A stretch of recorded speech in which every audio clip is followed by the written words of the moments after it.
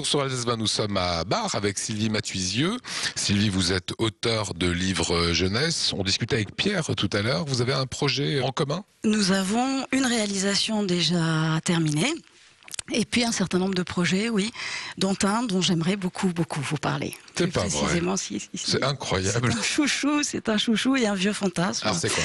Donc c'est la réécriture de l'Odyssée d'Homère, d'une manière un peu originale et un peu marrante, un peu sympa, mais qui soit en même temps excessivement fidèle au texte fondateur. C'est-à-dire que si la forme est assez nouvelle, on va dire, et en même temps très vieille, puisque le texte est extrêmement rimé, extrêmement rythmé, il y a pas mal d'alexandrins dedans. En fait, par exemple, Ulysse pourra dire « j'étais furax ». Et c'est une chose qui nous plaît, qu'on a envie de développer. Je suis tombé en découvrant sur cet ouvrage. Comment on arrive à placer un livre en Corée? Ce sont les éditeurs étrangers qui viennent acquérir les droits chez les éditeurs français. Ça se passe souvent à Francfort, mais pas seulement à Francfort. Moi, j'ai rien à faire, j'attends et je vois les traducs qui arrivent en italien, en espagnol, en coréen. J'ai ramené le coréen, je trouvais que c'était joli. Alors, ça veut dire que sur ce type de livre, comment faire enrager sa maîtresse, des Coréens Ils ont craqué, oui, tout à fait. Ils veulent faire enrager leur maîtresse aussi, les petits Coréens. Comment est-ce qu'on écrit comment faire enrager papa? Comment arrive l'inspiration?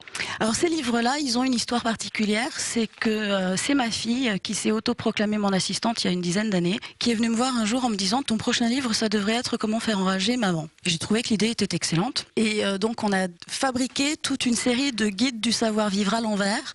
Alors c'est pour parler en riant des choses qui fâchent. Et mes intentions sont absolument pures. Moi j'ai 2 gamins, je veux pas qu'ils fassent enrager tout le monde. Ça serait tout à fait contre mes principes. C'est le petit manuel du casse-pied, comment faire enrager les mamans, les chaussures qui traînent dans la salle de bain. Voilà, c'est tous les conseils pour s'arracher les cheveux. Est-ce qu'aujourd'hui, en auteur jeunesse, vous vivez en Alsace, hein, dans un quartier de Strasbourg, est-ce qu'on peut vivre de cela?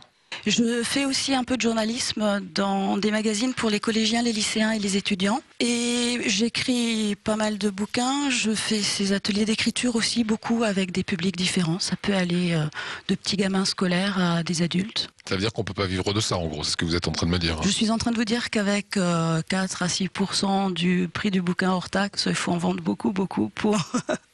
vivre que de l'écriture, oui. Voilà, il y a donc ce livre pendant l'Avent, si c'est pas de saison. C'est un livre qui marchera fort bien à Noël.